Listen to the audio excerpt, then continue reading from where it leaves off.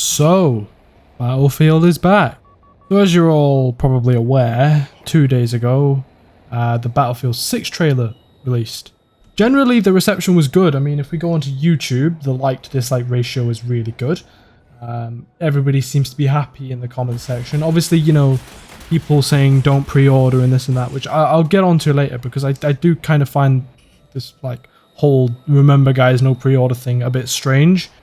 I understand where it's coming from in terms of history, right? Battlefield 2042, Battlefield 5, you know, Battlefield 5 with its launch, it wasn't good. It was definitely not 2042. Let's get that straight, first of all. It was no 2042 launch. 2042 almost killed the franchise. I'm not even joking. But yeah, basically, we're going to go through some of the observations that I think might be relevant to the game and where it might be going, because from that trailer, we can definitely see that they have gone with a way more gritty feel for the game. And I like it. I like it. The game feels serious. From the looks of it, the style they're going for, we shouldn't get anything ridiculous cosmetic-wise, because they are going to go with cosmetic. Let's be honest, cosmetics is the future nowadays. We can't avoid them. So they're going to find some way to sell cosmetics to you. My guess is it's going to be something like Battlefield 5, you know, that sort of customize your soldier thing, which in my opinion was actually okay, right? Like, some of the cosmetics were a bit out of touch and a bit weird, but other than that, like, I actually quite liked the whole customize your soldier thing, because I could add personality to my soldier. I know some people didn't like it, and maybe this should just be a setting, I don't know, something that you toggle, and all it does is just applies a default skin to every soldier just for you, so you can see everybody the same instead of there being different cosmetics on different people. I actually think they should do that. But yeah, back to Battlefield 6. So the question everybody is ranting on about, closed and open weapon system, right? Now obviously you're probably aware that DICE have tweeted that they're going to test both open and closed weapon systems in the beta, which I'm looking forward to because I actually want to compare them both.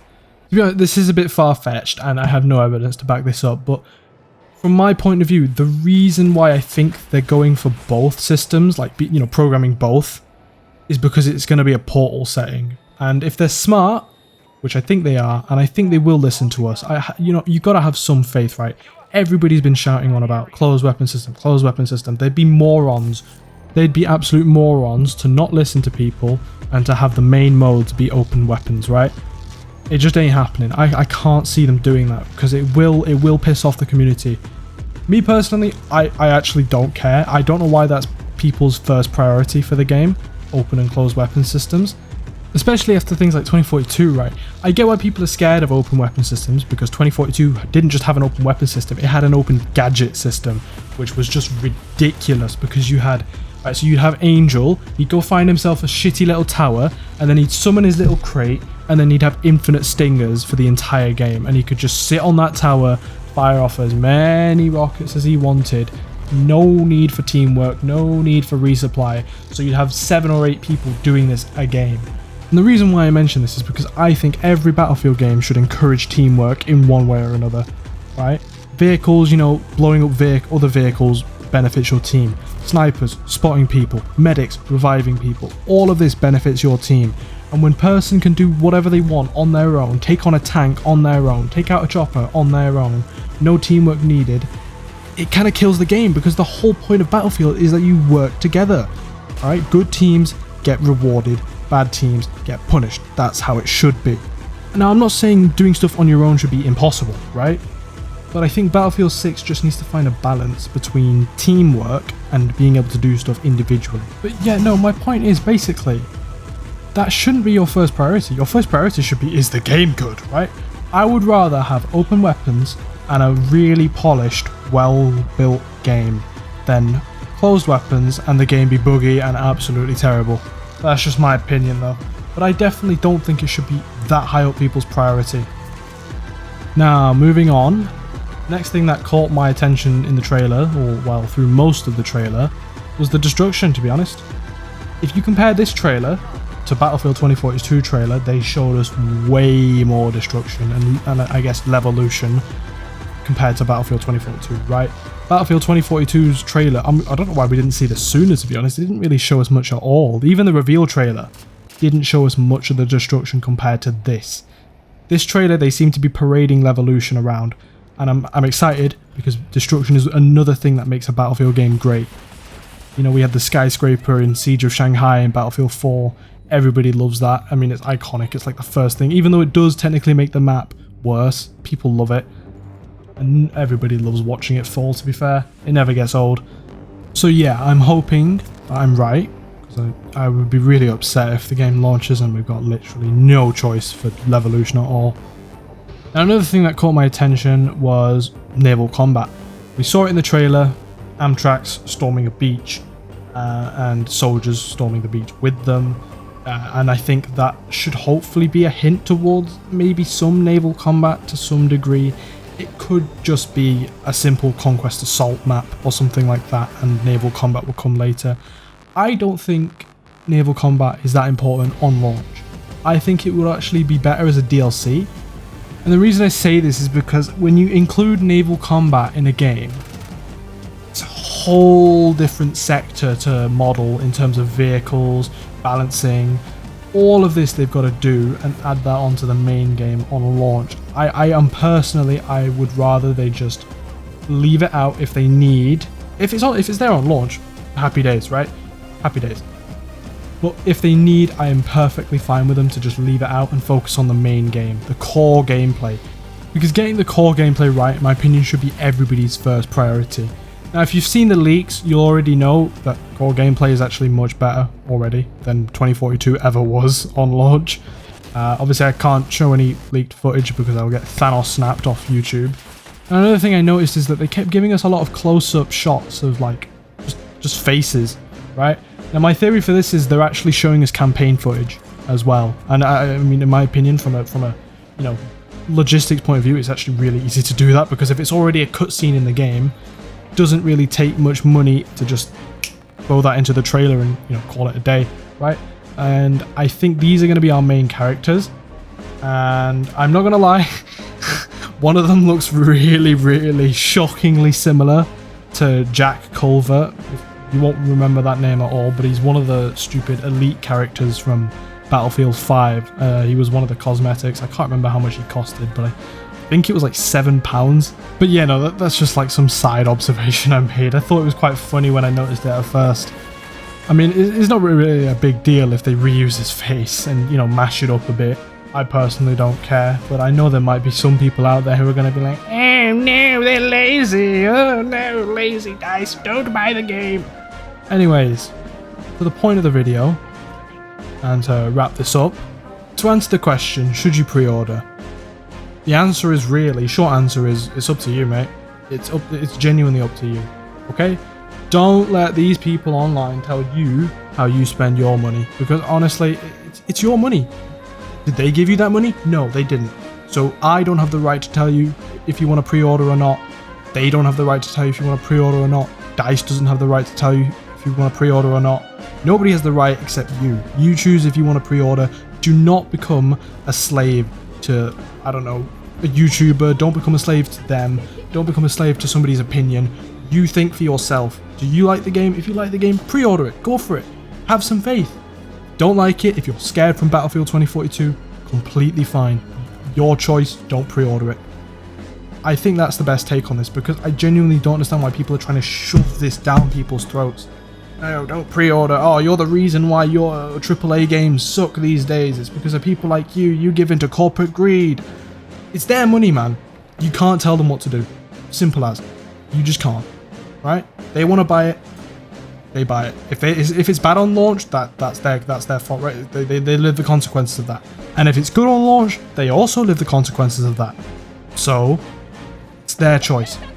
However, can give you some tips on what to look for before you make your choice, right? First thing you want to look for is the gameplay trailer, right? I mean, obviously you can't pre-order yet because they're not accepting any. But at least wait for the gameplay trailer. And I actually think it's pretty smart of them to wait for the gameplay trailer here. I also think it's more honest, because if you go back to Battlefield 2042 and its marketing campaign, the reveal trailer was released June 9th, 2021. The same day they were also accepting pre-orders. We didn't see that happen again with Battlefield 6. Now, for some people they might view this as a bad thing. Me personally, I see this as a good thing. They're not accepting pre-orders after the reveal trailer because they want to show you the gameplay trailer, and they want you to pre-order because of that.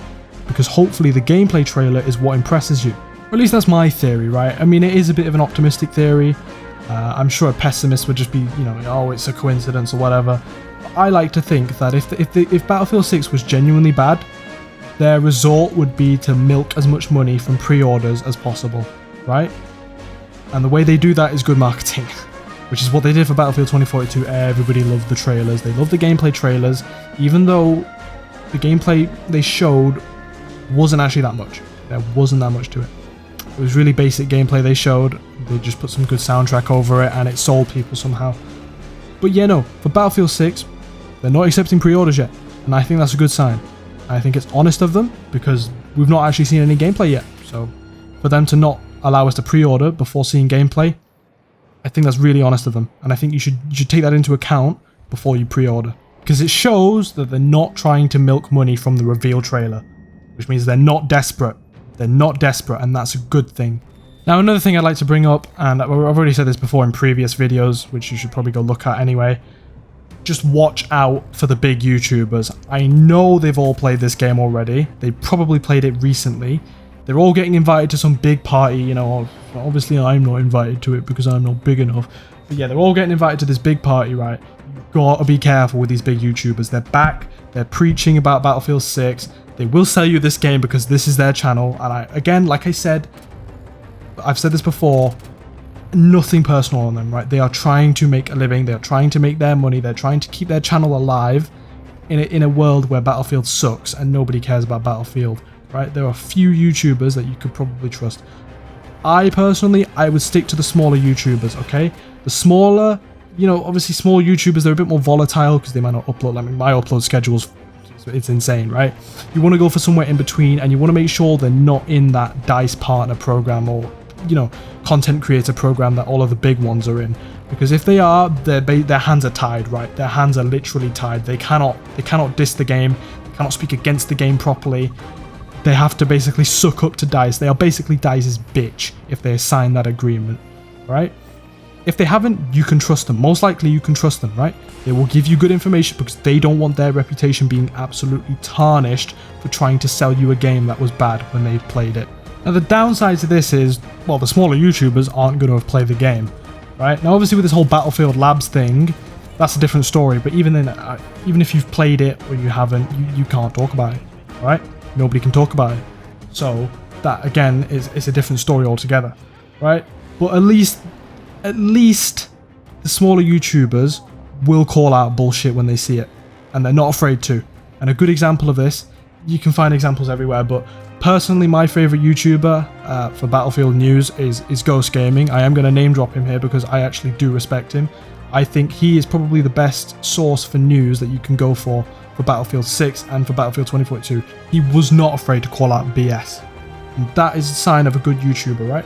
That is a sign of somebody you can actually trust when it comes to buying this game, right? Yeah, when it comes to information and buying this game or pre-ordering, again, like buying the game on launch, pre-ordering, what does it matter, right? Just make sure you're informed and make sure you're the one making that decision, not anybody else. Another thing, I guess, really is to just, if you're unsure, just wait for launch day, really. Launch day will give you all the feedback you really need. People will have a conclusion if it's good or bad within an hour or two of the game releasing. And obviously give them time to edit and publish their videos or whatever. A couple hours at most, or even live streams, you will find out if the game's good. And then you can buy it and you will not really miss out much. But yeah, that's going to be all. I hope this game's good. I'm excited for the multiplayer gameplay trailer, and I'm assuming there will be a campaign trailer. I'm pretty sure there's a campaign. I've been hearing leaks about it, so I'm assuming there will be one. I can't see why there wouldn't be. And I'm hoping there are other modes as well. I know there's going to be a Battle Royale mode that they're talking about, and I think Portal's also coming back. So generally, I'm excited to see how this turns out. I hope they haven't stretched their resources too far, though, to the point where everything's kind of a bit, unpolished. But otherwise, I think we're in a good step here, and I think everybody should be optimistic.